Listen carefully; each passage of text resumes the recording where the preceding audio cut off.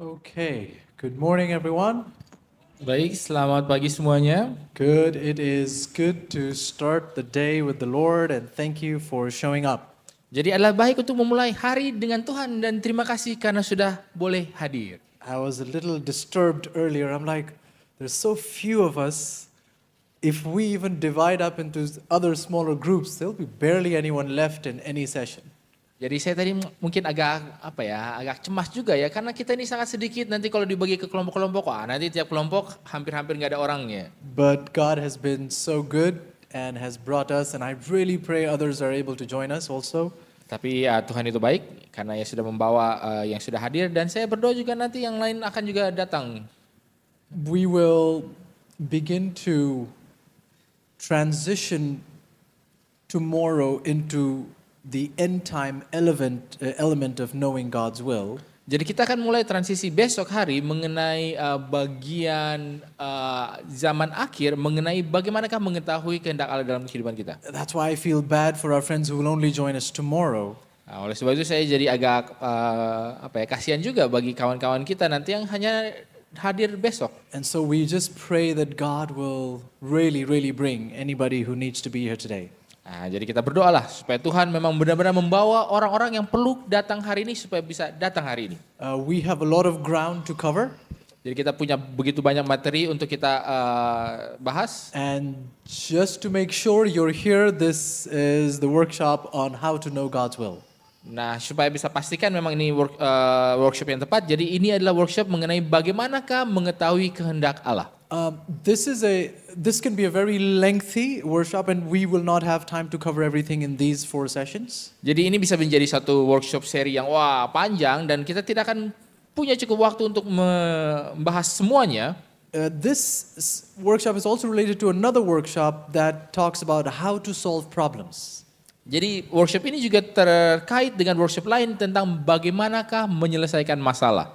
That is about an 8 to 10 hour workshop. Nah, kalau yang itu kira-kira workshopnya sekitar totalnya 8 sampai 10 jam workshopnya. And so they kind of, I feel like there's like a fusion in these two.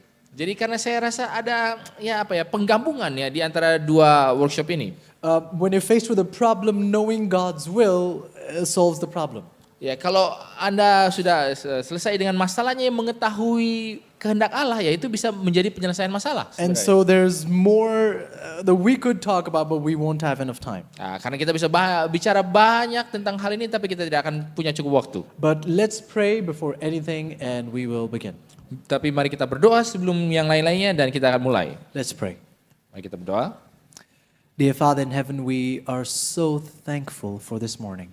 Bapa kami dalam surga, kami sungguh bersyukur atas pagi hari ini. Lord, you have performed so many miracles to make this day possible. Ya Bapa, Engkau sudah melakukan begitu banyak mujizat yang membuat hari ini dapat terlaksana. We heard of unrest in the country a few days ago. Ya, kami sudah mengalami keresahan di negara ini beberapa hari belakangan ini. And just as I was traveling from my home to the city, I see news that the unrest has settled down. Tetapi sementara saya dalam perjalanan dari kota tempat saya ke tempat ini, saya membaca di berita bahwa ya bolehlah keresahan ini sudah mulai mereda. In fact, on the news, Lord, I saw even before leaving that you had already brought down the agitation that was at a much larger scale. Dan sebelum saya terbang juga, saya sudah membaca berita bahwa ya memang sepertinya semua kecemasan keresahan ini sudah mulai reda secara lebih baik lagi.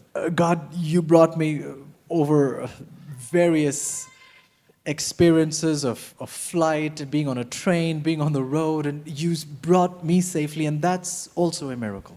Ya Allah, Engkau juga sudah membawa hamba-Mu ini melalui berbagai perjalanan dari pesawat, di kereta, perjalanan darat. Ya itu juga adalah suatu mujizat yang indah. Lord, my friends are here. Perhaps some have come from nearby, some have come from far. You've made that possible also. Dan bagi sahabat-sahabat saya yang ada di sini, mungkin ada yang datang dari dekat, ada yang dari jauh, tetapi Engkau jugalah yang memungkinkan semuanya itu.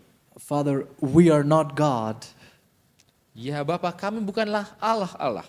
But seeing how hard you're working helps us recognize the wonders of your will for us. Tetapi melihat bagaimana Engkau bekerja dengan gigihnya boleh membuat kami boleh melihat betapa indahnya apa yang sudah Engkau kehendaki bagi kami. And we thank you so much, dear God, for loving us so much. Dan kami berterima kasih sungguh ya Bapa karena Engkau sudah begitu mengasihi kami. Thank you for gathering us together like this.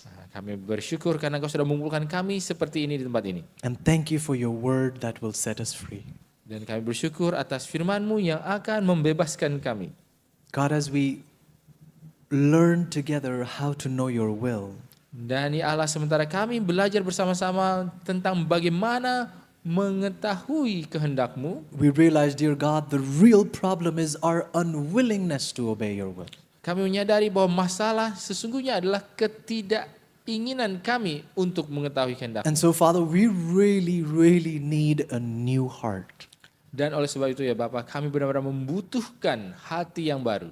So please help us, dear God. We don't want to miss anything that you want to teach us. Jadi tolonglah ya Bapak, kami tidak mau kehilangan dari satu hal pun dari apa yang Engkau ingin ajarkan pada kami. Purify our hearts that nothing keeps us from seeing you and receiving you. Murnikanlah hati kami sehingga kami tidak terhalangi di dalam melihat dan mengenal Engkau. We thank you for all these blessings. Kami bersyukur atas semua berkat-berkat ini. In Jesus' name, Dalam nama Yesus, amen. amin. Okay, welcome once again. Baik, selamat datang sekali lagi. Now, during these workshops, Nah, jadi selama workshop ini, at any time when you have to ask a question, please stop us. jadi kalau ada saatnya, ada mau bertanya, ya nggak apa-apa. Boleh kita minta supaya berstop dulu supaya mau bertanya. And it's nice that we're such a small group, so please feel free to stop us at any time. Dan bagus juga kita di kelompok yang kecil, karena itu nggak apa-apa, bebas aja kok. Kalau ada mau berhenti sebentar supaya ada mau bertanya. If something is unclear, if you want something repeated, please ask, please. Kalau ada yang tidak jelas atau kalau ada yang mau diulang, nggak apa-apa, tanya aja, kasih tahu aja, nanti saya akan terjemahkan juga kalau perlu. Alright, we're going to begin with what I believe is a very important understanding of God's will. Dan kita akan mulai dengan satu hal yang saya rasa adalah hal yang penting tentang bagaimana mengetahui kehendak Allah.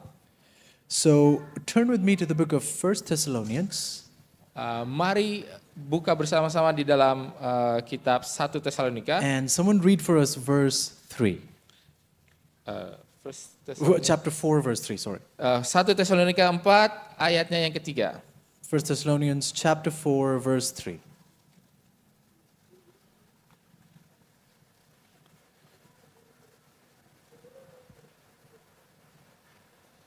Yep. Can someone read that for us, please? Ya, boleh ada yang bacakan? Anyone? 4:3. Yes.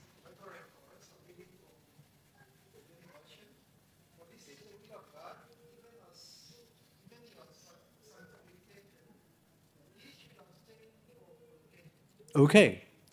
So the first sentence in that text is, "For this is the will of God."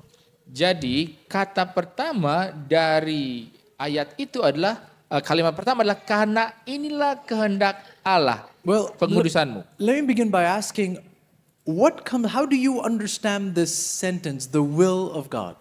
Mungkin saya mau tanya juga dulu, bagaimana Anda memahami terminologi ini yaitu kehendak Allah? Anyone? What do you think about this statement, the will of God? Jadi apa? Apa yang Anda pikirkan mengenai pernyataan ini yaitu kehendak Allah? You want to share your thoughts? Ada yang mau bagikan pemikirannya?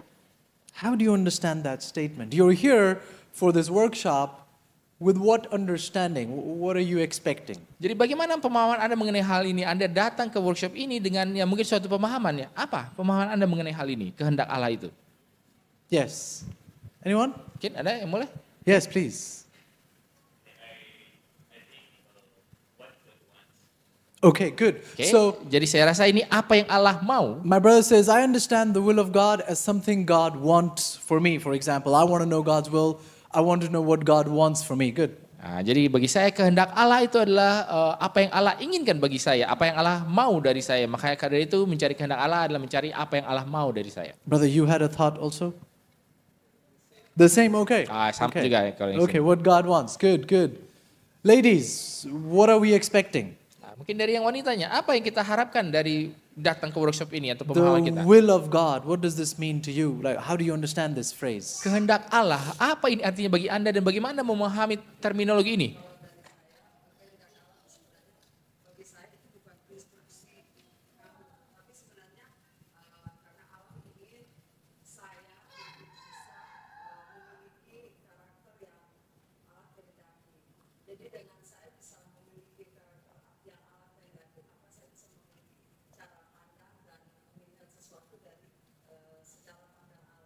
Okay, so for me, God's will is not He's saying instructing me to do, but more about what He wants me to do, how He wants me to have the same character, so that I Okay. could see using the perspective of God. Okay, good, good, good. Someone else? Okay, ada lagi yang lain? Will of God. Pastor, yes. Kehendak Allah, ya. Uh-huh, uh-huh. Hmm. Uh-huh. Yes. Hmm. Yes.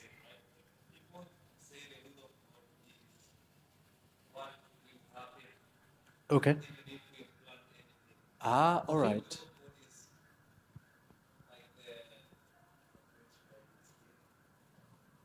Destiny. Fate. Okay. Okay. All right. All right. Yes. Okay. We'll talk about that element also. Yes. Oke, baik. Jadi kalau menurut saudara di sini, jadi seperti kebanyakan orang bilang kalau berbicara mengenai kehendak Allah, pasti yang teringat adalah kisah mengenai Yesus di Taman Getsemani, di mana dia berdoa, bukanlah kehendakmu, melainkan kehendakmu yang jadi. Jadi oleh sebab itu, kehendak Allah ini adalah kalau seandainya kita tidak buat rencana apa-apa, kita tidak punya rencana di kita sendiri, maka yang terjadi itu adalah kehendak Allah. Jadi mungkin bisa ada tema seperti takdir ataupun nasib gitu lah. Jadi ya memang itulah yang kalau kita nggak bikin apa-apa, nggak punya kehendak apa-apa, ya yang terjadi itulah kehendak Allah. Nah, dan kata Brother Ronaldo ya, kita akan bahas itu juga sedikit nanti di waktunya. Nanti. Yes. God's image. Okay. All Oke, right. jadi kehendak Allah adalah gambaran Allah. Any more thoughts? God's will. Ada lagi? Yeah, God's will is to do what God wants. Yeah. Yeah. Okay, but what truly desire is that when we do it, there is joy, there is peace Wonderful. Wonderful. while we're doing it. Wonderful. So now you're talking about the experience of God's will, that when you are in God's will, there's nothing more peaceful than that. Nothing. Jadi ibu ini mengatakan, menceritakannya mengenai pengalaman. Kalau kita berada di dalam kehendak Allah, inilah sudah yang paling paling tenang, paling bersuka cita. Jadi itulah artinya kita ada di dalam kehendak Allah. So here's what's interesting. 1 Thessalonians 4:3 says, "For this is the will of God." Jadi inilah yang menarik ya di dalam 1 Tesalonika 4 ayat 3 ayat yang kita baru baca. Jadi inilah kehendak Allah.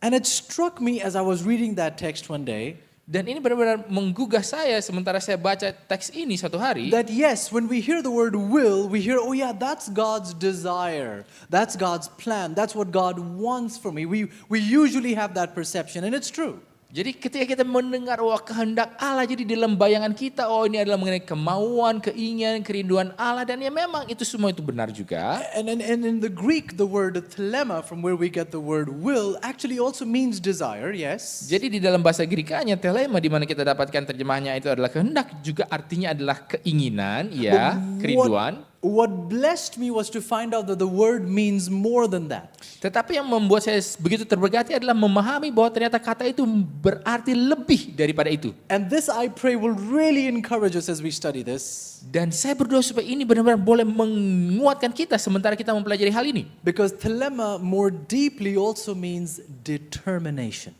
Karena telema, kata daripada bahasa Yunaninya itu juga berarti sebuah determinasi, kegigihan, kesungguhan. Now, I don't know if you feel happy about this, because I don't see any change in your face. I'm like, yeah, so what? Ya, saya nggak tahu apa yang di sini senang dengar pemahaman ini ya, karena mukanya nggak berubah, tapi But nggak wait, apa-apa. see, I step back and say, wait, God, that changes everything.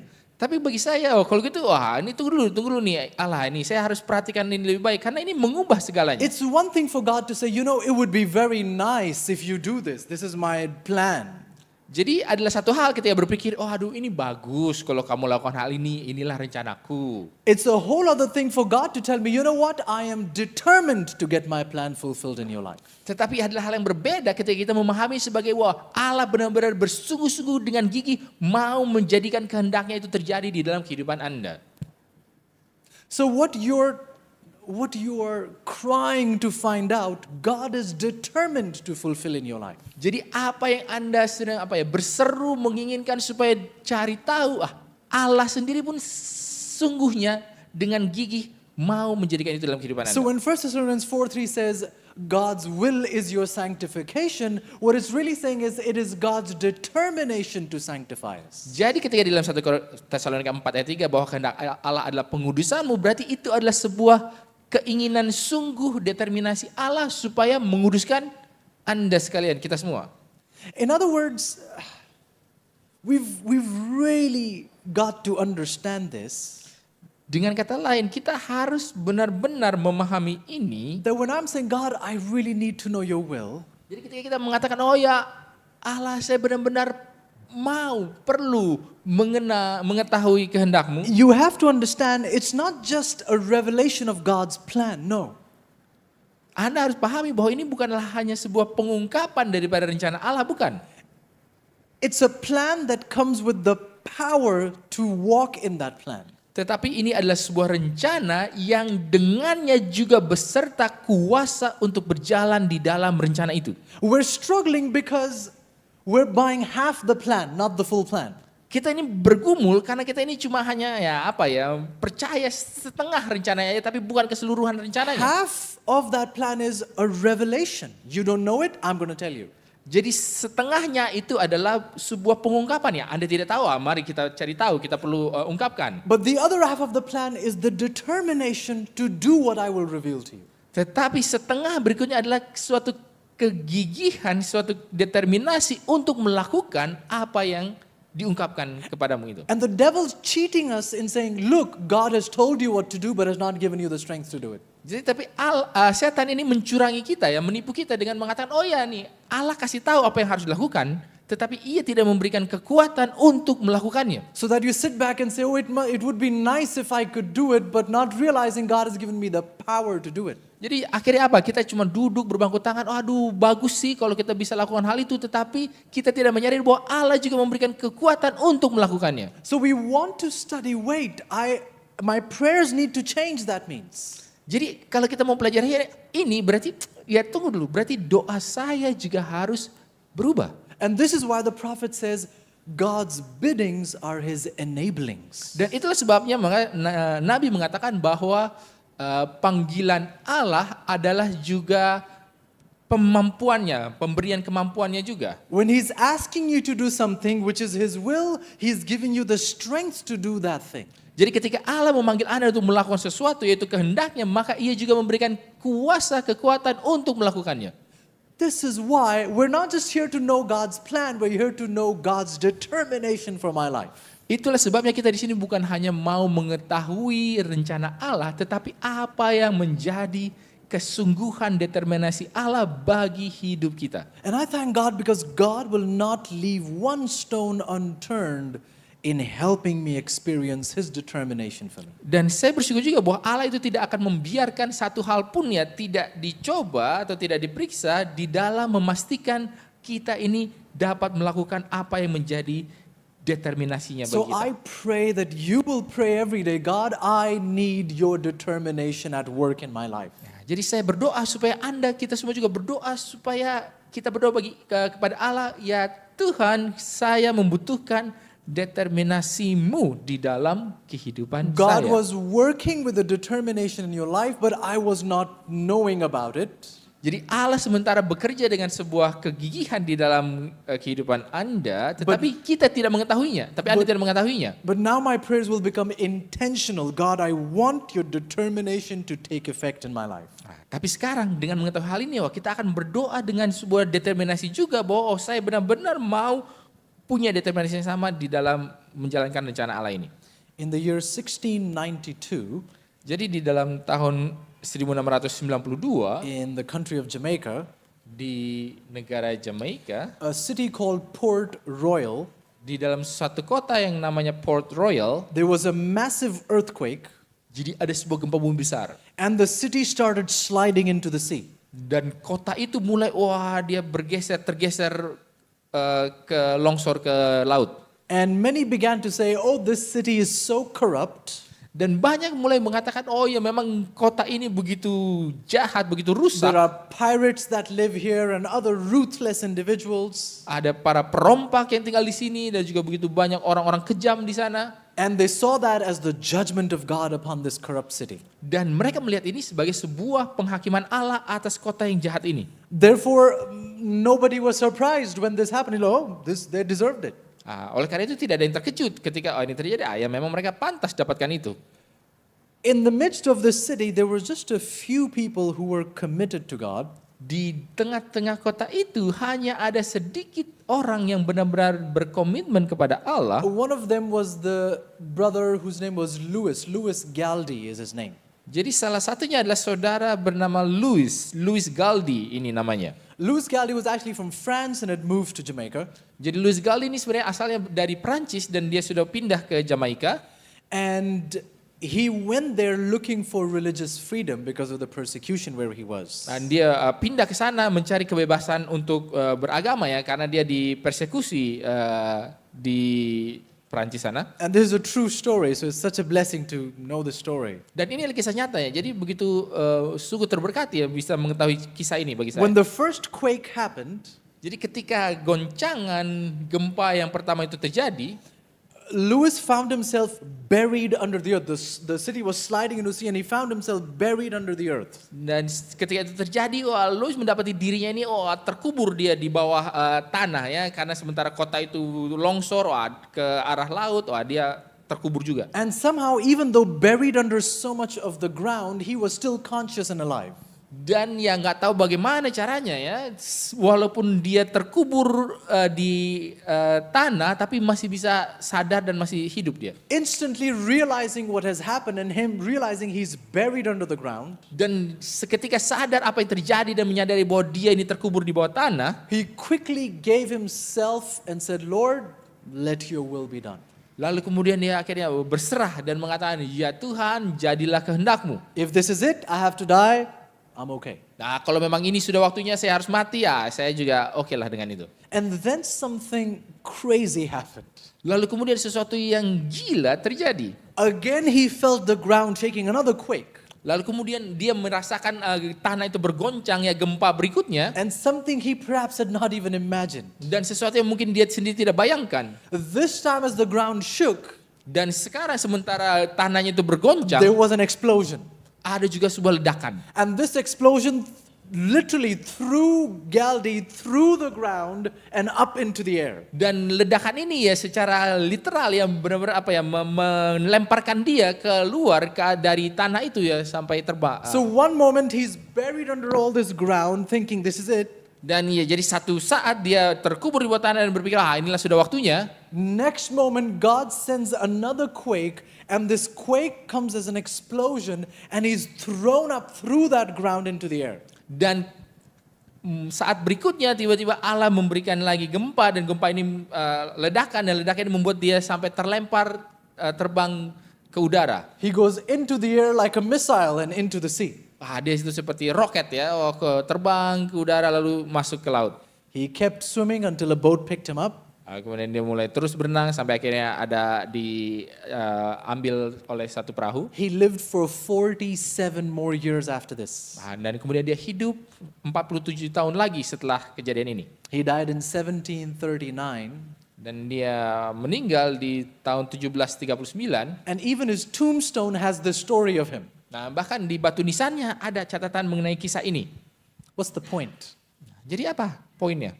The safest place in the world Jadi tempat paling aman di dunia is in the will of God. adalah di dalam kehendak Allah. And to always, at every season, at every trial, to call upon God's will for your life, God's determination for your life. Dan untuk di dalam setiap saat, di dalam setiap permasalahan untuk berseru kepada Allah untuk mengetahui apa sebenarnya kehendak Allah. But that's a question for you. Nah, ini menjadi pertanyaan bagi Anda sekalian. Is God's will safe? Apakah kehendak Allah itu aman? Yes? Ya. Is it safe to follow God's will? Apakah aman untuk mengikuti kehendak Allah? Some of you look doubtful. Nah, ada yang kayak ragu-ragu ini. And you're right, you're doubtful, which can be a whole other workshop. Ya, dan Anda benar ya, kalau ragu-ragu ya, ini bisa jadi workshop yang berbeda lagi. We're doubtful because we have never taken the time to know God. Ya, kita ragu-ragu karena kita belum benar-benar mengambil waktu untuk mengenal Allah. And whenever someone you don't have a close relationship tells you something, you're kind of doubtful. I don't know about this. Ya, dan setiap kali orang yang Anda tidak begitu kenal akrab kasih bilang sesuatu ke Anda, ya saya nggak yakin juga ini. So the truth is, many people may be here who want to know God's will, and the problem is that's not your problem. Your problem is you are not convinced about God's will for you. Jadi banyak di kita di sini yang mau mencari kehendak Allah, tapi bukanlah itu masalahnya. Masalahnya adalah sebenarnya Anda tidak benar-benar yakin akan siapa Allah itu. Maybe you're in the wrong workshop. Nah, jadi mungkin Anda ada di workshop yang salah. Because the problem, God has over and over again, He's revealed His will for you. Your problem has not been knowing it, your problem has been obeying it. Jadi karena mungkin aja Allah itu sudah tunjukkan berkali-kali, inilah kehendak Allah, inilah kehendak Allah. Jadi masalah Anda itu bukanlah mengetahuinya, tetapi mentaatinya. I asked you this question because I love asking this question because I think of a story in the book of Acts. Jadi saya bertanya pertanyaan ini karena saya suka menanyakan ini. Saya teringat di dalam satu kisah di kitab Kisah Para Rasul. Paul and Silas and others, they are ministering in an area and the church is growing. Jadi Paulus dan Silas sementara mereka melayani di sebuah area dan sementara gereja jemaat itu bertumbuh. The Bible says they want to go to this next area but the Holy Spirit does not let them preach there. Dan dikatakan bahwa mereka mau pergi ke satu tempat ini, tetapi dikatakan bahwa Roh Kudus tidak membiarkan mereka untuk pergi ke sana. And you're saying, God, that doesn't make sense. These men want to go serve. Why are you stopping them from preaching in a certain area? Ya kita berpikir, ini nggak masuk akal nih, kan mereka mau melayani ke sana. Tapi kenapa Roh Kudus itu menahan mereka untuk tidak masuk ke area itu? And then these men, they want to stay here. They want to serve the churches. Who wouldn't want to be a part of a church like that? Ya, dan orang-orang ini ya mereka mau tinggal, mau melayani gereja. Nah, siapa kita yang nggak mau menjadi bagian daripada gereja yang seperti demikian? And then Paul hears a call. Dan kemudian Paulus dia mendengar sebuah panggilan. Like a vision, he's shown a man who's calling Paul from Macedonia. Dan seperti dalam penglihatan dia mendengar seperti ada orang yang memanggil dia dari daerah wilayah Makedonia. And so the Holy Spirit pushes Paul. He says, you've got to go to that place. Lalu kemudian Roh Kudus mendorong Paulus mengatakan, kamu harus pergi ke daerah ini. Now think about it. God's will was revealed. Dan pahami ini, perhatikan ini bahwa kehendak Allah diungkapkan. God, you're not letting us minister here, even though the church is growing. What do you want us to do? What's your will? Jadi kan Allah, engkau tidak membiarkan kami bekerja di sini, melayani di sini, walaupun gereja yang bertumbuh. Jadi apa kehendakmu bagi kami? Kemana kami harus pergi? God reveals it. He says, okay, there. Lalu kemudian Allah menyatakannya, ke sana. Now, honestly, when I read the story, I'm like, man, if that was me, I would have said, no, I'm not going.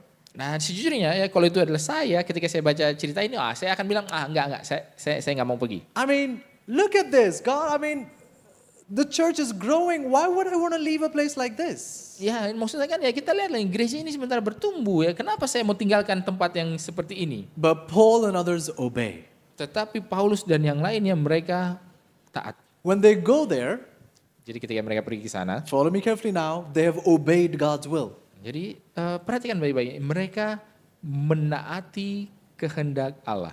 When they get to the city, the men of the city put Paul and Silas in prison. Tapi ketika mereka sampai di kota itu, jadi orang-orang di kota itu melemparkan Paulus dan Silas ke penjara. So I wonder, is it safe to obey God's will? Jadi saya bertanya-tanya, apakah aman untuk mengikuti kehendak Allah? What do you think? Considering the story.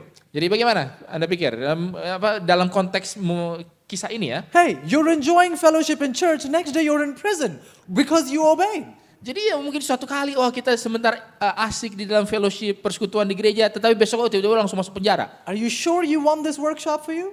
Apa Anda yakin mau workshop ini supaya Anda dengar ini? You'll not come to IYC again. Ini nanti Anda nggak mau datang lagi ke IYC. I found out God's will and when I did it, look at what's happening to me. I don't want to go back to IYC. Saya cari kehendak Allah, saya dapati, saya ikuti. Lalu kemudian apa? Lihat nih apa yang terjadi kepada saya. Udah nggak mau ikut IYC lagi. So I ask you, is it safe to follow God's will? Jadi saya tanya lagi, apakah aman mengikuti, mentaati kehendak Allah? I'll talk to you when you're in prison. Ini saya nanti telepon ya kalau udah masuk penjara. Then tell me it is safe, brother. It Dan is safe. katakan ini masih aman, masih aman. Yes, sir.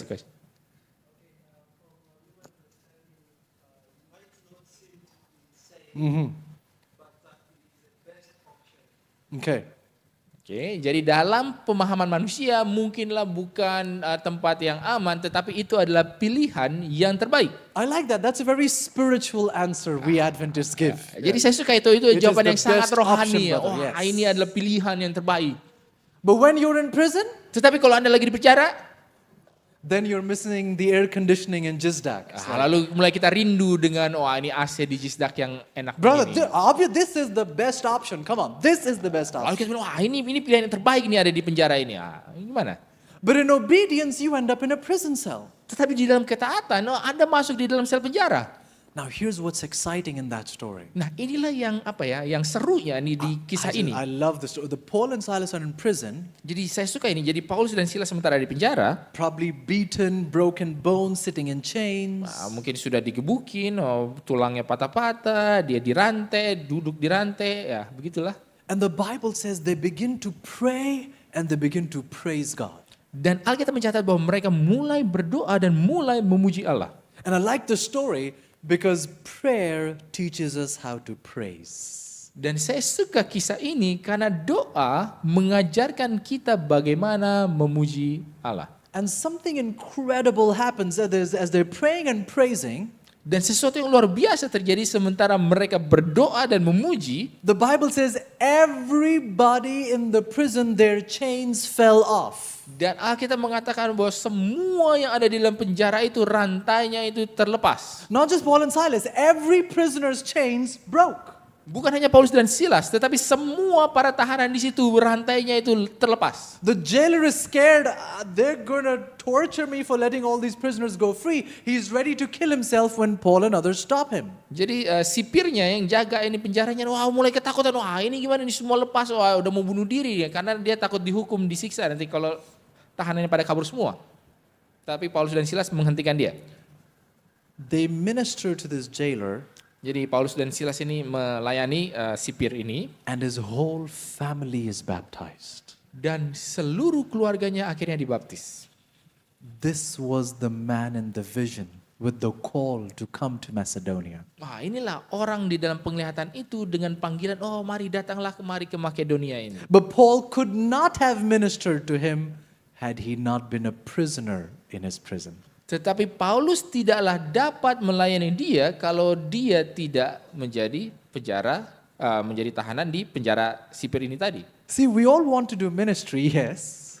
Jadi kita semua mau melakukan pelayanan ya. We all want to see souls being won to the cross. Dan kita semua mau melihat jiwa-jiwa itu dimenangkan bagi salib Kristus. Are you willing to go to prison for it? Tetapi apakah Anda mau dijebloskan ke penjara untuk itu? Demi itu? God, bring them to Jistak in this air conditioning. I will preach to them. Tapi enggak, bawalah mereka ke Jisdak. Jadi kalau di ruangan AC ini biarlah saya boleh berkhotbah ke mereka di tempat ini. I will win souls here. Saya akan menangkan jiwa-jiwa di sini, di tempat ini. God says, nah. Tapi Allah bilang tidak. There are those who you will not win until you are in that dark situation. Ada mereka yang tidak akan Anda menangkan sebelum Anda berada di dalam tempat yang gelap itu. I'll ask you again, are you sure you're in the right workshop? Saya tanya lagi, jadi Anda yakin Anda di workshop yang tepat? Because God will be like, you asked, I will tell you my will.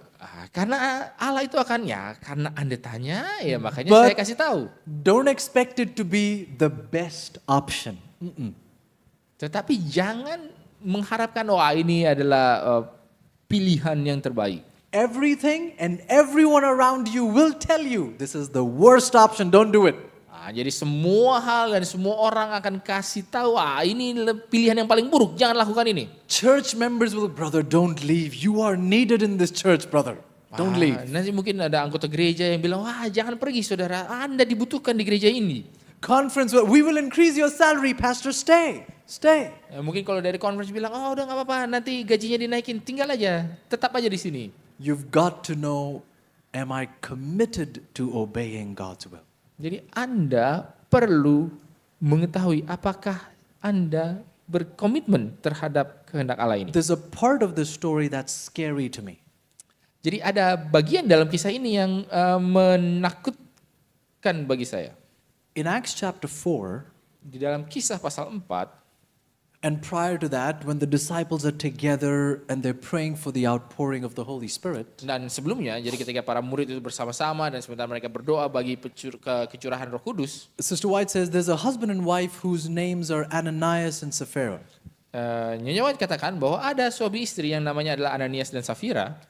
And this husband and wife, they were with the disciples praying for the outpouring. Dan suami istri ini ada bersama-sama dengan para murid-murid berdoa bagi kecurahan ini. Now, this is why I want you to be very serious about this workshop. Nah itu makanya saya mau Anda benar-benar serius mengenai workshop ini ya. See, they came together, humble themselves, Lord, please fill us with your Holy Spirit. Jadi mereka datang bersama-sama merendahkan diri mereka, memohon, ya Tuhan penuhilah kami dengan Roh Kudus-Mu. God went ahead and poured out His Spirit upon them. Lalu kemudian Allah ya lakukan itu dan mencurahkan Roh Kudus kepada mereka. In Acts chapter 4, Dan di dalam kisah pasal 4, under the leadership of the Holy Spirit, di dalam pemimpinan Roh Kudus, many people were selling their land, banyak orang yang menjual tanah mereka, bringing the money to the church membawa uang yang terkumpul itu kepada gereja for the needs of other church members, bagi kebutuhan anggota-anggota gereja lain, for the gospel work to proceed forward. bagi pekerjaan Injil supaya boleh dapat terus maju. And so they're selling land and property and giving the money to the church. Jadi mereka jual tanah, jual harta benda, lalu dikasih ke gereja. This is what the Spirit was impressing them to do, God's will, so they went ahead and did it. Dan inilah apa yang Roh itu kesankan bagi mereka. Jadi ya inilah kehendak Allah dan mereka lakukan itu. Best lanjut. option? Apakah ini pilihan yang terbaik? People will say, even in the church, people, no, don't do it. Hold the land for a few more years, the price will go up, then you sell it. Jadi bahkan di gereja dia bilang, jangan, tunggu dulu beberapa tahun, nanti harga tanahnya naik, baru jual. Brother, real estate, it's always a profit making, it will always go up, don't sell it right now. Apalagi nih ngomong properti ya, real estate, ini selalu investasi yang selalu naik, jangan dijual dulu, nanti aja. See, they weren't looking for profit, they were looking for obedience. Tapi mereka bukan mencari keuntungan, mereka mencari untuk menaati perintah. Ananias and Sapphira are also impressed to do the same. Dan Ananias dan Safira ini juga mendapatkan dorongan untuk melakukan hal yang sama. The Spirit tells them to do the same. They had asked for the outpouring, God poured out His Spirit, and now the Spirit leading them saying, sell your land also, bring the proceeds to the church. Ya, jadi mereka meminta kecurahan Roh Kudus, lalu ketika mereka dapatkan itu, Roh Kudus mendorong mereka untuk melakukan hal yang sama, jualah tanahmu itu dan berikan itu kepada gereja. So they start the obedience process. Lalu mereka mulai proses ketaatan ini. Sell the land. Jual tanahnya. As the Spirit directed. Seperti yang diinstruksikan oleh Roh. Brought the money to the church as the Spirit instructed. Dan membawa uangnya itu ke gereja seperti yang diinstruksikan oleh Roh. But then kept back a portion of the money as the Spirit had not instructed. Tetapi mereka melakukannya menahan sebagian daripada uangnya yang bukanlah instruksi daripada Roh Kudus. Ananias, Peter asked, "Is this everything?" Lalu kemudian Ananias, Petrus bertanya, apakah ini semuanya? Oh yes, yes, yes. We sold the land. This is all the money. Lalu dia bilang, oh ya ini semuanya ya, kita sudah jual tanahnya, inilah semua dana yang terkumpul. Peter says, Ananias, why are you lying? Lalu Peter bilang, Ananias, kenapa kamu berbohong? Nobody forced you to sell the land. Enggak ada yang paksa kamu untuk jual tanah ini. Nobody forced you to bring all the money. Enggak ada yang paksa kamu untuk bawa duit ini. If you had not sold it, the land was yours. Kalau enggak dijual, tanahnya tetap milikmu. If you did not bring any money from it, the money was yours. Kalau enggak dibawa uangnya masih tetap milik Anda. Why are you lying? Jadi kenapa berbohong? You're not lying to me, you're lying to God. Jadi Anda tidak berbohong kepada saya, tapi berbohong kepada Allah. And God kills the husband right there in church. Dan Allah membunuh suaminya itu saat itu juga di gereja. The wife comes a little later. Lalu kemudian istrinya datang Is this beberapa everything? waktu kemudian. Wah, inikah semuanya? Yes, yes, yes, everything. Ya, ini semuanya. God kills her right there. Wah, Allah juga membinasakan istrinya itu In the saat church. itu juga di gereja. Their bodies are picked up, Bayatnya diangkut, taken out of the church. dibawa keluar dari gereja. And you wonder why? Dan mungkin Anda bertanya-tanya, kenapa? They gave so much money to the church. Mereka itu memberikan begitu banyak uang And ke God gereja. kills them? This is unfair. Kemudian Allah membinasakan mereka, wah nggak adil ini. And this story, it shook the church. Dan kisah ini benar-benar menggoncang gereja See, mula-mulanya. up until this time, everybody was enjoying, yeah, Holy Spirit, yes, power. Ya sampai saat itu semua itu sangat menikmati, oh ya Roh Kudus, wah ada kuasa ya. Acts chapter 2, look, we can speak in so many languages. Oh, power. Di dalam Kisah pasal 2, lihat kita bisa berbicara begitu banyak bahasa, wah ini kuasa. Chapter 3 and 4, oh, people, we can heal people. Oh, we're praying, building is shaking. Oh, this is good. Nah, lalu Kisah 3 dan 4, kita bisa menyembuhkan orang ketika kita berdoa, bangunan sampai terguncang, wah ini sesuatu yang baik. Acts chapter 5, God kills a husband and wife. Di dalam Kisah pasal 5, Allah membunuh suami istri ini. And then some people say, oh, no, we don't want Holy Spirit. You keep God. We're okay. We don't want. Lalu kemudian orang mulai, wah kita nggak mau lagi nih Roh Kudus. Udah simpan aja. God sent shock waves through the church. This was serious. Jadi Allah itu memberikan sebuah goncangan ya kepada gereja karena ini hal yang serius. Do not pray to be filled with my spirit Jangan berdoa untuk dipenuhi dengan rohku if you're not going to obey the leading of the Holy Spirit. kalau Anda tidak akan mentaati pimpinan tuntunan daripada Roh Kudus itu. I say this to several brethren. Saya katakan ini kepada beberapa orang-orang. Oh, brother, let's pray for the latter rain. I'm like, let's not do that. Ada yang bilang, mari kita berdoa untuk hujan akhir. Tapi saya bilang, jangan kita doakan itu. Make up your mind first before you pray for the latter rain. Make up your mind. Jadi ambil keputusan dulu, pastikan dulu nih keputusan Anda sebelum Anda berdoa bagi hujan akhir. Because once the Holy Spirit comes, He will come if you invite. Jesus said, if you ask, I will give the Holy Spirit. Ya karena Roh Kudus itu akan datang ya, karena Yesus katakan kalau engkau meminta maka aku akan memberikan kepada engkau Roh Kudus itu. But when He comes and you still want to have control of your life, tetapi ketika Ia datang dan Anda masih mau memegang kendali atas hidup Anda, the story in Acts 5 is a warning to us. jadi kisah di dalam Kisah pasal 5 Oh adalah God. sebuah peringatan bagi kita. We want to know your will, please. Katakan, oh ya Allah, kami mau mengetahui kehendak-Mu, ya tolong Tuhan. God sees your tears, He sees your cries, is all right. I'll reveal it. Ya Allah melihat tangisan, seruan Anda, akan kuungkapkan, kunyatakan. But make up your mind. If you're not going to do what I say, I'm not going to tell you. Tetapi pastikan ya, ambil keputusan itu. Karena kalau nggak akan ditaati ya nggak akan kukasih tahu. Do not play with God's heart. Jangan bermain-main dengan hati Allah. He's not revealing His will because He just likes for you to be more informed. No way. Jadi dia bukannya menyatakan kehendaknya supaya karena Allah suka supaya kita itu punya lebih banyak informasi keterangan. His revelation comes with a demand. I want us to know this. Karena pengungkapannya itu datang beserta dengan tuntutan ya. Saya The mau kita pahami ini. revelation of God's will is a demand that you obey what God has revealed to you. Jadi pengungkapan pernyataan daripada kehendak Allah adalah tuntutan supaya Anda menaatinya. And this we ought to never forget. Dan ini tidaklah boleh kita lupakan. And so my counsel would be, do not ask for God's will if you're not willing to obey God's will. Don't do it. Jadi nasihat saya adalah jangan cari-cari tahu kehendak Allah kalau Anda tidak mau mentaatinya. God wants us to understand this very clearly. Karena Allah mau kita benar-benar paham ini dengan sangat jelas. If you invite, I will come. Kalau Anda mengundang, maka aku akan datang. But if you're inviting me and still wanting to run your own life, no. Tapi kalau engkau mengundang aku, tapi masih mau mengendalikan kehidupanmu sendiri, jangan. And friends, listen to John speaking about the need and the power of God's will. Go to 1 John 2 and verse 17. Nah, saudara-saudara, mari kita dengarkan bagaimana Yohanes ini berbicara mengenai kebutuhan untuk hal ini. 1 John 2 verse 17. Di dalam 1 Yohanes 2 ayatnya yang ke-17.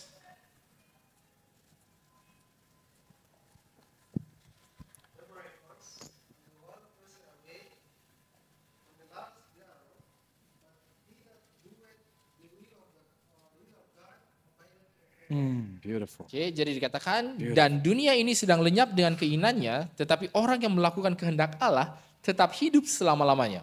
Did you hear that? Apa saudara dengar ini? Everything around us is passing away. Jadi semua yang ada di sekitar kita ini akan berlalu, lenyap. And do you realize all our attention, our investment of strength and life and money is being put into that which is passing away. Dan semua investasi kita, uang, waktu, tenaga dimasukkan kepada hal-hal yang akan lenyap. We are sacrificing our health for that which is passing away. Kita mengorbankan kesehatan kita untuk sesuatu yang akan lenyap juga. We're investing our money into that which is passing away. Kita menginvestasikan uang kita untuk sesuatu yang akan lenyap.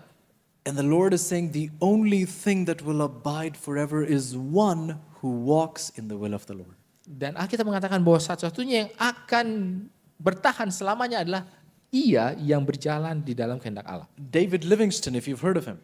Jadi ada seorang yang bernama David Livingstone, atau kalau pernah dengar, He was a missionary to Africa. dia adalah seorang misionaris ke Afrika. He's credited with the discovery of Victoria Falls. Dialah yang dikatakan sebagai yang menemukan ini air terjun Victoria ini, air terjun paling Wonderful tinggi story. di dunia. Wonderful story that he is credited with mapping many of the trade routes that are there in Africa today. Dan dia juga diberikan kredit, jasanya dia adalah memetakan semua rute-rute perdagangan yang ada di Afrika yang masih dipakai bahkan sampai sekarang ini. Oh, the man was tortured. Oh, Orang ini orang yang tersiksa dia. walked through much of Africa, Dia berjalan ya di segala penjuru Afrika. attacked by lions. I think towards his eye he had a scar or something. Attacked by a lion. It was terrible. Dia diserang singa, jadi ada bekas luka juga di sekitar matanya. Ini sesuatu yang mengerikan juga ya. Lost his wife and children because of illness and sickness. Jadi dia kehilangan istri dan anak-anaknya karena sakit penyakit. When his wife died, Jadi ketika istrinya ini meninggal, he had just buried her, ia baru saja selesai menguburkan dia, knelt by the graveside, lalu berlutut di samping kuburannya. and said, God, I recommit my all to you. Lalu kemudian, ya Allah, aku mengkomitmenkan kembali keseluruhan hidupku. Everything of my life is in your hands. Semua yang ada di dalam hidupku adalah di dalam tanganmu. David Livingstone said something very interesting. Jadi David Livingstone ini mengatakan sesuatu yang sangat menarik. He said, I would rather be Dia mengatakan, aku lebih baik in the heart of Africa in the will of God. berada di hati di tengah-tengah Afrika di dalam kehendak Allah. I would rather be in the heart of Africa in the will of God Saya lebih baik berada di tengah-tengah Afrika di dalam kehendak Allah than to be on the throne of England outside of God's will. daripada ada di tahta Inggris di luar kehendak Allah. I'm willing to lose my wife, my children, obeying the will of God. Jadi dia katakan, wah saya mau kehilangan anak istri dalam menaati Allah than to enjoy the luxuries of the palace outside of God's will. No. daripada menikmati kemewahan istana di luar kehendak Allah. I guess what he's trying to say is the purpose of God's will is not the convenience of life. Jadi saya rasa apa yang menjadi yang mau dia katakan adalah bahwa tujuan daripada kehendak Allah ini bukanlah keenakan, kenyamanan dunia. It is about the usefulness of life. Bukanlah mengenai kenyamanan hidup, tetapi kegunaan hidup. God's will is not looking for your convenience. God's will is looking for your usefulness in the kingdom of God. Jadi kehendak Allah itu bukanlah mengenai kenyamanan dalam hidup, tetapi kegunaan dalam hidup. And that's what we want to find out. Dan itulah yang mau kita ketahui. Many people in the church are asking the question, how do I determine the will of God for my life? Jadi banyak dari orang di gereja ini bertanya-tanya, bagaimana saya bisa mengetahui kehendak Allah dalam kehidupan saya? How do I go about finding out God's will for my life? Bagaimanakah saya ini mencoba untuk berusaha mencari tahu kehendak Allah dalam kehidupan saya? Well, let's start to talk about some general principle. Jadi mari kita mulai berbicara mengenai prinsip-prinsip umum. A general principle that we read in 1 Thessalonians 4:3. Jadi prinsip umum yang sudah kita baca di dalam 1 Tesalonika 4 ayat 3. It is a general principle that applies to every human being. Ini adalah suatu prinsip umum yang berlaku kepada semua manusia. Regardless of who you are, where you're from, God's will is that all individuals live a holy life. Jadi tidak peduli dari mana asal saudara, bahwa kehendak Allah adalah setiap orang untuk hidup kudus. But while calling everyone to holiness, tetapi sementara memanggil semua orang untuk sebuah kekudusan, God has individual plans for each and every one of you. Allah memiliki rencana individu terhadap masing-masing daripada Anda.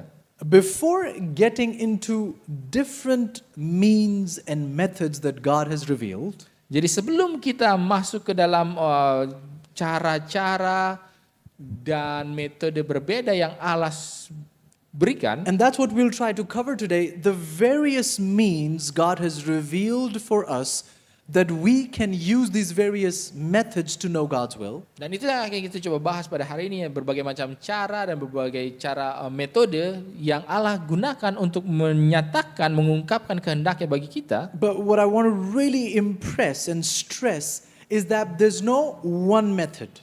Tetapi yang saya benar-benar mau tekankan dengan sungguh-sungguh adalah bahwa tidak ada satu metode saja. We have to abide by all of these methods that God has given. We have to see all of these principles come into place if we are to see a revelation of God's will. Kita harus ikuti semua metode-metodenya, jadi supaya metode-metode yang ada pada porsinya masing-masing supaya kita bisa mengetahui kehendak Allah. Before doing that, tetapi sebelum kita lakukan itu, we will study how not to know God's will. Kita akan belajar bagaimana cara tidak mengetahui kehendak Allah. In other words, the things that many Christians are doing to find out God's will, which we should have nothing to do with.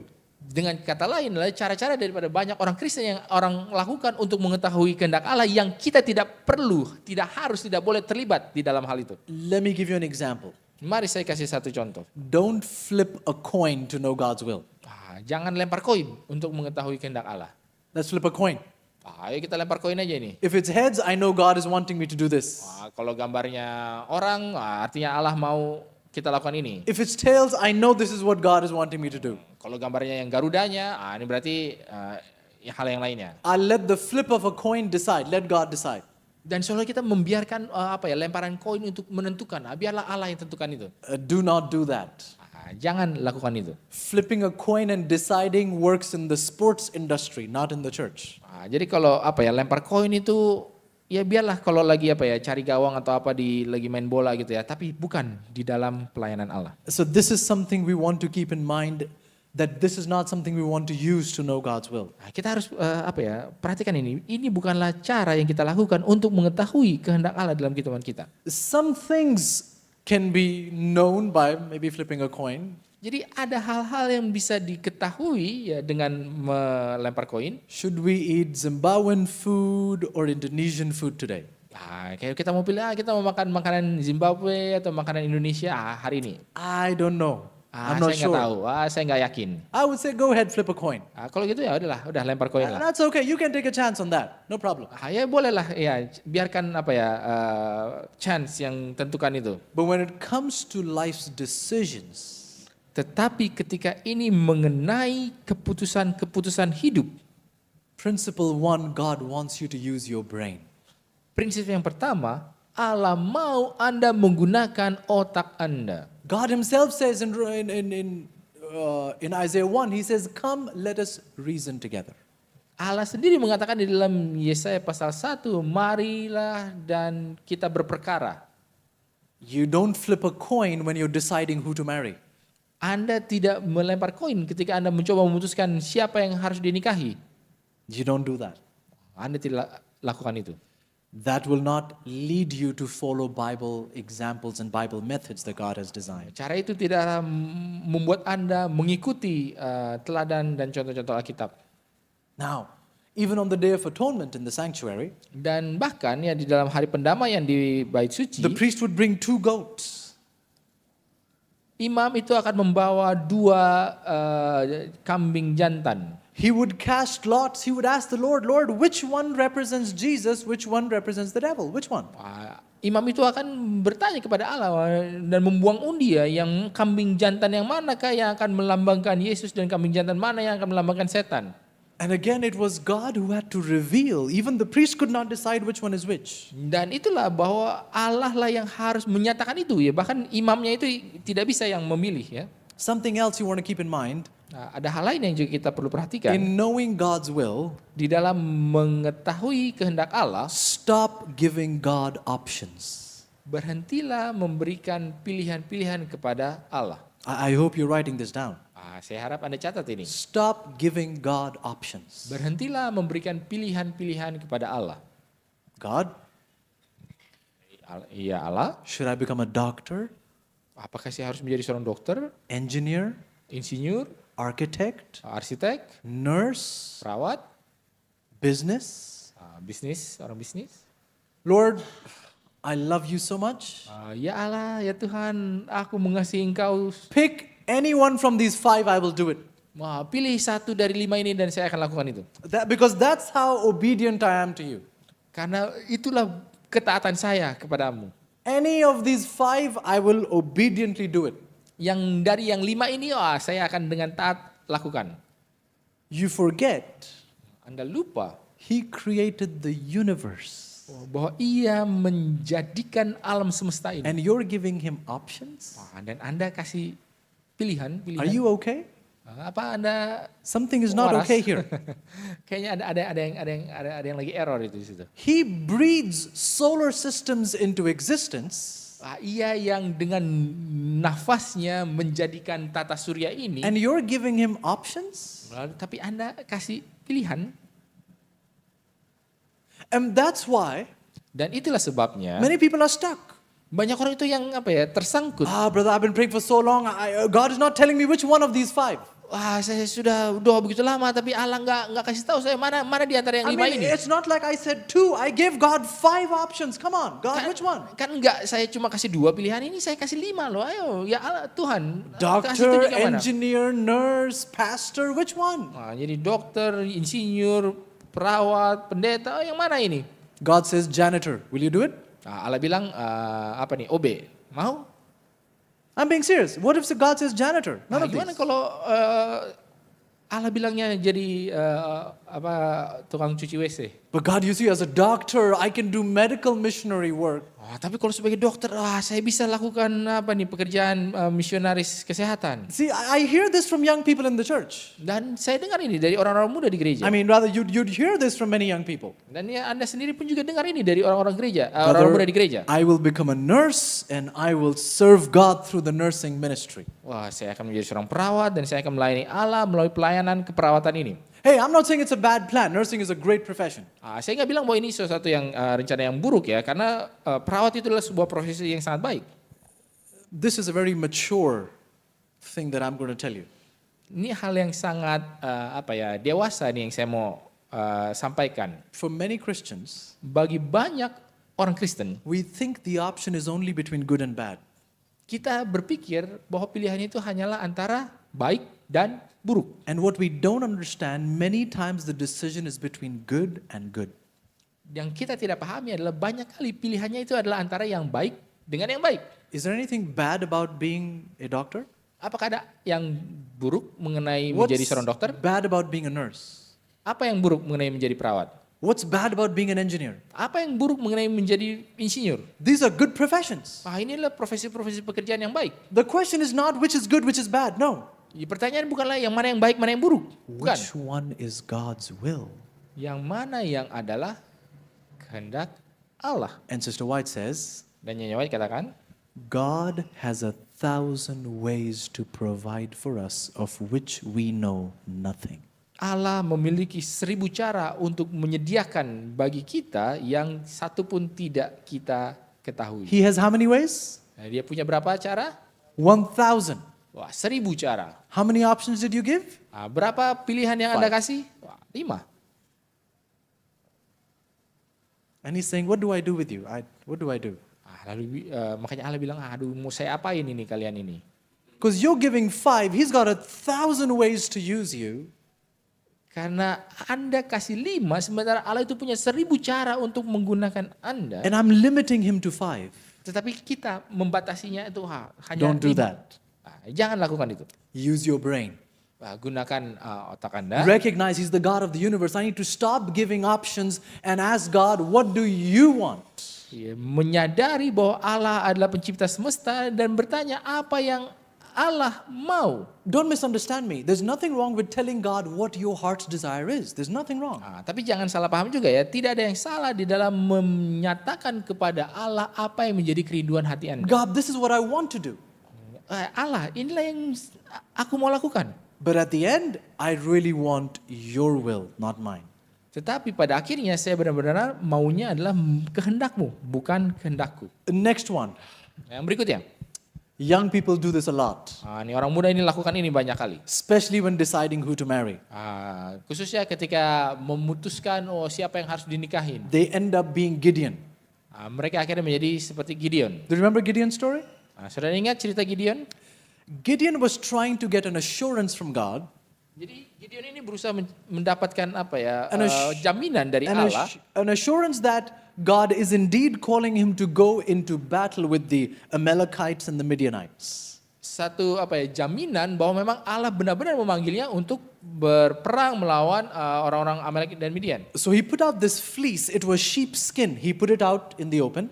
Jadi dia mengambil kulit domba, lalu dia taruh itu di lapangan di luar. God, when I wake up in the morning, lalu ya Allah, kalau saya bangun pagi hari, if there is dew on the sheepskin but not on the ground, that will be a sign that you're calling me to go.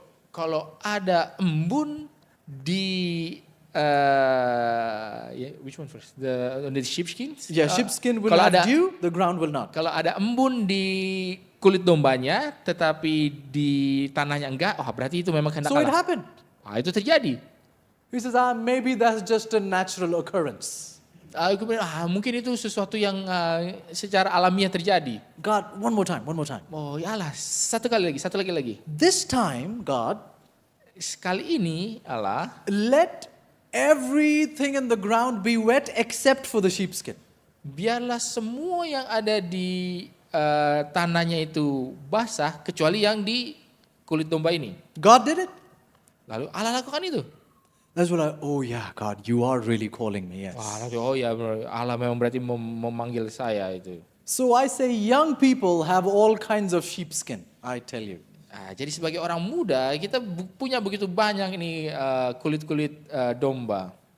Now, yes, there's so much to talk on this. We can talk about praying for God's providential evidence. Doors that God is opening providentially. Kita bisa banyak bicara mengenai penyediaan Allah, providence Allah. Jadi pintu-pintu yang Allah bukakan.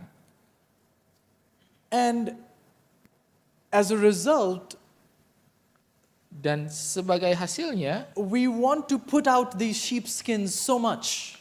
wah kita mau terus keluarkan itu kulit domba itu. Until we hear what we want to hear basically, yes. Sampai kita mendengar apa yang kita mau dengar.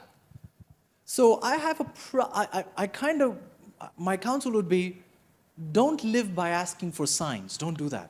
Jadi nasihat saya adalah jangan hidup dengan mengandalkan atau mencari tanda. I heard a story Jadi saya dengar satu of kisah a young lady mengenai satu wanita muda who prayed a very strange prayer. yang mendoakan satu hal yang aneh ini. God, I would like to get married. Ya Tuhan, saya mau menikah. So here's what I want you to do. Dan inilah yang saya mau engkau lakukan ya Tuhan. Have you noticed how so many of us are manipulators? Jadi saudara perhatikan bahwa begitu banyak dari kita ini yang adalah tukang manipulasi ya. We like to manipulate God. Kita mau memanipulasi Allah. Have you noticed that? Saudara perhatikan itu. Do you know the story of Jairus? Apa saudara tahu kisah dari Yairus? If you turn, I'd like you to just look at that story for a moment. Jadi kalau kita boleh buka bersama-sama sejenak aja. In Mark chapter 5, Dalam Markus pasal yang kelima, the Bible says in Mark 5:22, Alkitab katakan dalam Markus 5:22, there comes one of the rulers of the synagogue, datanglah seorang kepala rumah ibadat and his name is Jairus. yang bernama Yairus. When he saw Jesus, he fell at Jesus' feet. Listen to the story. Ketika ia melihat Yesus, tersungkurlah ia di depan kakinya. Dengarkan kisah ini. By the way, after this text that says his name is Jairus, Ngomong-ngomong, setelah kata-kata yang mengatakan bahwa namanya Yairus, never again is he mentioned by name. nggak pernah lagi dia dirujuk dengan namanya. Over and over again after this text, he's only referred to as the ruler of the synagogue. Dan terus menerus di sepanjang kisah ini, perikop ini, dia itu dirujuk hanya sebagai Read verse kepala rumah 35. ibadat. Read verse 35. Dalam ayat yang ke-35. While he yet spake, there came out from the ruler of the synagogue's house. Ketika Yesus masih berbicara, datanglah orang dari keluarga kepala rumah ibadat itu. Verse 36. Ayat 36.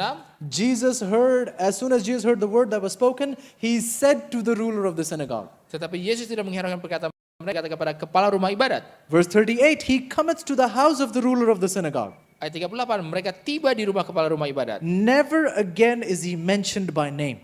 Tidak pernah lagi ia dirujuk dengan nama. Do you think that's a problem? Jadi apa ini masalah? What's easier to say? Andrew from Zimbabwe or just Andrew? Mana yang lebih gampang untuk dikatakan, wah ini Andrew yang adalah orang dari Zimbabwe It's atau easy to cuma say, Andrew? it's easy to say the man from Zimbabwe. That's like, it's such a long sentence. Jadi lebih gampang bilang Andrew daripada ini satu kalimat But yang terlalu notice the panjang. Bible takes the trouble of saying a sentence instead of one word, Jairus. Tetapi perhatikan bahwa Alkitab ini mengambil waktu untuk menuliskan namanya dengan cara ini yang panjang daripada hanya satu kata Mark aja. is trying to tell you something about yourself. Jadi Markus ini sementara sedang mencoba mengatakan sesuatu tentang diri Anda sendiri. I'll tell you why. Saya katakan ini. In Kenapa? verse 22, Di dalam ayat 22, Jairus falls at the feet of Jesus. Yairus tersungkur di hadapan kaki Yesus. Verse 23, Ayat 23, the Bible says he begged him earnestly, he besought him, dan memohon dengan sangat kepadanya, saying, my little daughter is at the point of death. anakku perempuan sedang sakit hampir mati. Now follow the story. He's come to Jesus to ask for help. Dan datang, perhatikan kisahnya, dia datang kepada Yesus untuk meminta pertolongan. I'm going to ask you a very weird question. Dan saya akan tanya satu pertanyaan yang aneh ya. Verse 23 goes on to say, this is his prayer. Dan di dalam ayat 23, inilah I pray you, I pray to you, datanglah Jesus, kiranya, yes, come and lay your hands on my daughter dan letakkanlah tanganmu atasnya, so that she can be healed and so that she can live. supaya selamat dan tetap hidup. What's wrong with Jairus' prayer? Who will tell me? apakah yang salah mengenai permintaan Yairus ini? What's wrong with this prayer? Apa yang salah dengan permintaannya ini? God, please come and lay hands on my daughter so that she can be healed, so that she can live. Ya Tuhan, datanglah kepada anakku, tanganmu supaya dapat hidup dan sembuh dan hidup. What's wrong with this prayer? Apa yang salah? Yes? Okay. Good. Oke, jadi Yairus itu memberitahu cara metodenya supaya bisa disembuhkan. See, you don't realize the deception here. This is scary stuff. Jadi Anda tidak pahami penipuannya. Ini hal yang mengerikan. What is his body position in the text? Bagaimanakah posisi badannya menurut ayat-ayat tadi yang kita sudah baca? Where was he physically in this text? Di manakah dia secara fisik di ayat ini? This is Jesus, Ini Yesus. and here is Jairus. Wah, Yairus ini lagi seperti itu. He's what? Falling at his feet. Wah, dia sementara tersungkur di kakinya. A posture of humility, surrender. Jadi dalam sebuah postur kerendahan hati, penyerahan diri. The posture is surrender. Jadi posturnya itu adalah, sikapnya itu adalah But what is the kerendahan prayer? diri. Tapi doanya, permintaannya, Let me tell you how to heal my daughter. wah bilang, ini saya kasih tahu caranya gimana ya. See, this is what you have to do, Jesus. Only then my daughter will be healed. Inilah caranya supaya kamu Yesus lakukan. Hanya dengan cara itulah maka putri saya ini bisa My hidup. posture is humility, Jadi mungkin postur kita ini but adalah my merendahkan prayer is a diri. command. Tetapi doa kita adalah sebuah perintah. God, I will tell you how to heal my daughter. Kita bilang, oh ya Tuhan, saya akan kasih tahu gimana caranya. First, you have to ini come. kan. Pertama harus datang. No saying, oh, she'll be none of this business. You have to come to my house first. Bukan cuma bicara, oh dia akan sembuh, enggak, harus datang. Then, no other means. Don't speak healing. No. Touch her. Dan ya nggak usah bicara, nggak boleh bicara, harus pegang dia. Because these are his words, unless you touch her, she will not be healed, she will not live. Karena kecuali jika engkau tidak melakukan itu, dia nggak akan sembuh, dia nggak akan hidup. This is me. Inilah kita ini, saya ini. Can you see a mirror in that story? That's me. Saudara bisa lihat diri. We're on our knees, oh God. Oh kita berlutut, oh ya Allah. Oh, we're crying tears. Oh kita menangis. But what are we telling God? Tetapi apa yang kita katakan kepada Allah? This is what I want you to do. Inilah yang saya mau. God, there is a financial crisis. Wah, ini ada krisis finansial. Touch the heart of my boss so that he increases my salary. Wah, jamahlah hati daripada bos saya supaya gaji saya dinaikin. Because there's no other way that we can fix this crisis. This is what you have to do, God. Wah, karena nggak ada cara lain gimana kita bisa mengatasi masalah krisis ini. Inilah caranya God, Tuhan. you know what? I will fast for 3 days until you touch the heart of my boss. Jadi Tuhan, saya akan berpuasa selama 3 hari sampai engkau menjamah hati bos saya ini. Are you following?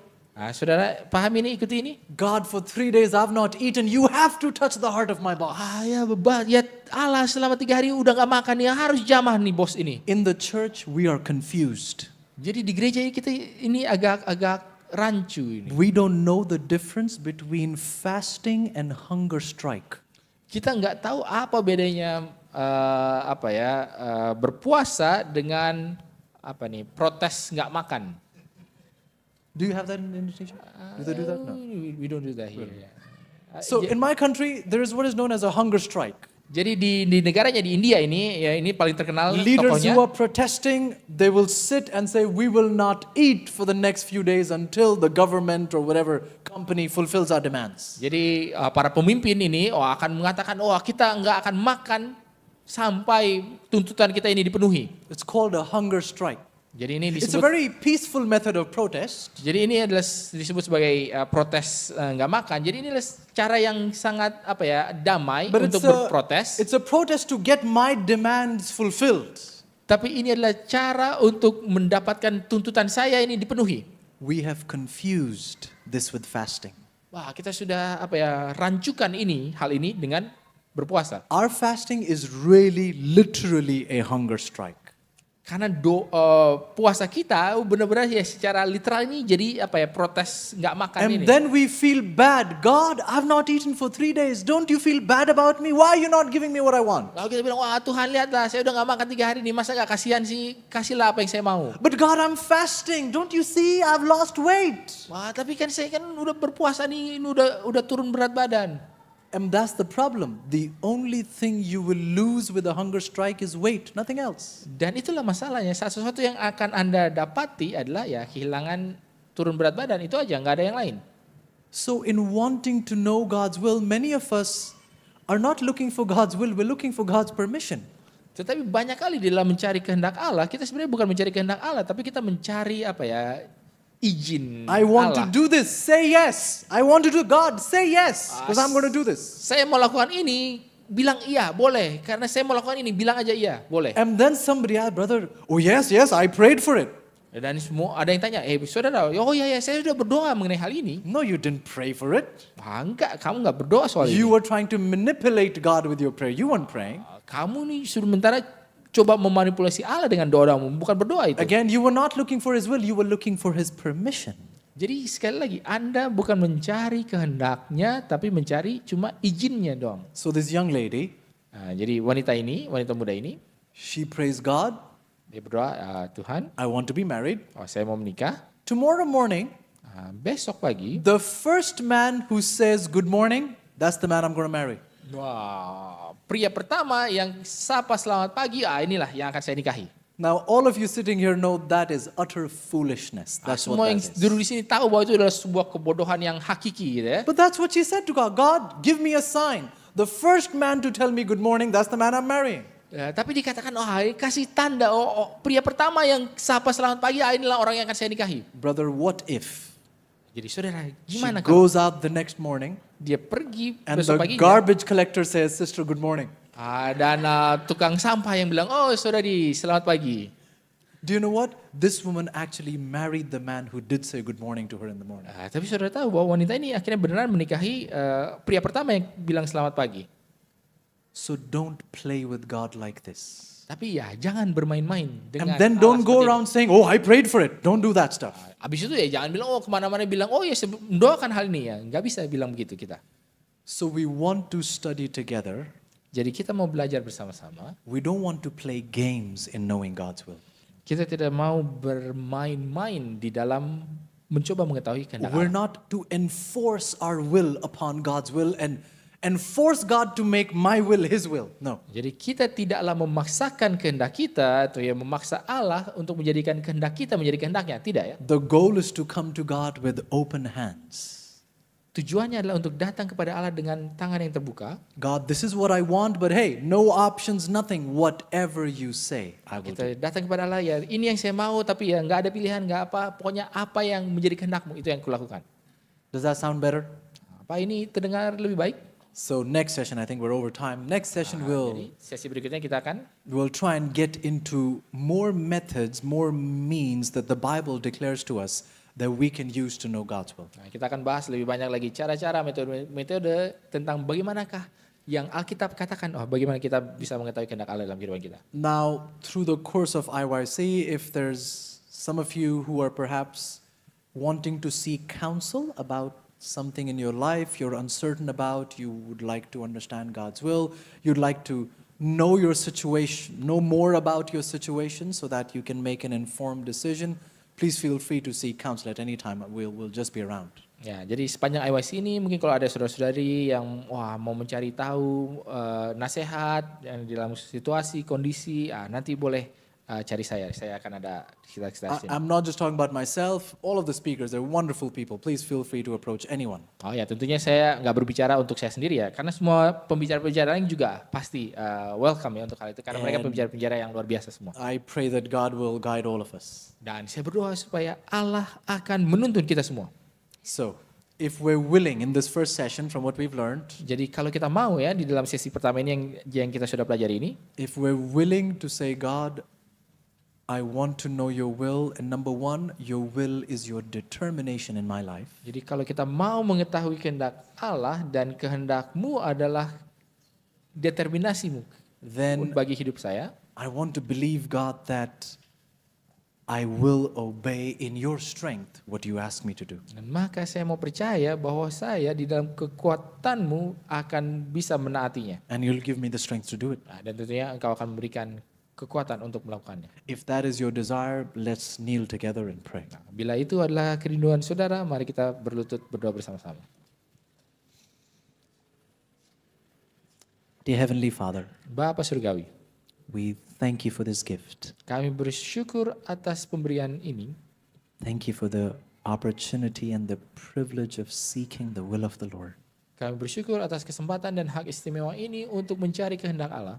Thank you for teaching us that this is not just a plan, but your determination for us. Kami bersyukur karena Engkau sudah mengajarkan kepada kami ini bukan hanya sebuah rencana, tetapi ini bahkan adalah determinasi ilahi bagi kami. Thank you, God. We're just a few, and I think that's a blessing today. Dan kami bersyukur ya Allah, kami hanya sedikit di sini, tetapi itu adalah sebenarnya suatu berkat. Help us, Lord, to interact, to communicate, to share, to pray together. Dan tolonglah ya Allah supaya kami boleh saling berinteraksi, saling berbagi, untuk saling menguatkan, berdoa bersama-sama. I pray for my friends, those who are really thirsting to know your plan for their life. Ya, hamba berdoa bagi sahabat-sahabat hambamu yang ada di tempat ini, yang mungkin begitu haus untuk mengetahui apa kehendakmu dalam kehidupan mereka. I plead, dear Lord, that you would make it very plain and clear to them. Hamba memohon agar Engkau boleh membuatnya itu begitu nyata, begitu jelas bagi mereka. Thank you for giving us this time. Kami bersyukur karena Engkau sudah memberikan waktu ini. As we come on our knees, dear Lord, Dan sebentar kami datang di dalam sambil berlutut ya Bapak. we plead that you would teach us humility. Kami mohon agar Engkau boleh mengajarkan kepada kami kerendahan hati. God, we don't want to be commanding you, no. Ya Allah, kami tidak mau memerintahkan Engkau. We want to be surrendered to you, yes. Kami mau berserah menyerahkan diri kepada Engkau. Please show us, dear God, what you would have us do. Ya, tolonglah ya Allah, tunjukkanlah kepada kami apa yang Engkau ingin kami lakukan. And we thank you for the strength you've promised us to do it. Dan kami bersyukur atas kuasa kekuatan yang Engkau sudah janjikan bagi kami untuk dapat melakukannya. Thank you for the privilege that you've given me to spend time with my friends. Kami hamba mau bersyukur atas kesempatan istimewa di mana kami boleh menghabiskan waktu bersama-sama dengan sahabat-sahabat semua yang ada di sini. And I humbly pray, God, that you would build all of us on Christ, the solid rock. Dan kami mohon dengan rendah hati agar Engkau boleh membangun kami di atas Kristus yang adalah batu karang yang teguh. We thank you, God, for these heavenly blessings. Kami bersyukur atas berkat-berkat surgawi ini. In Jesus' name, Dalam nama Yesus, amen. amin.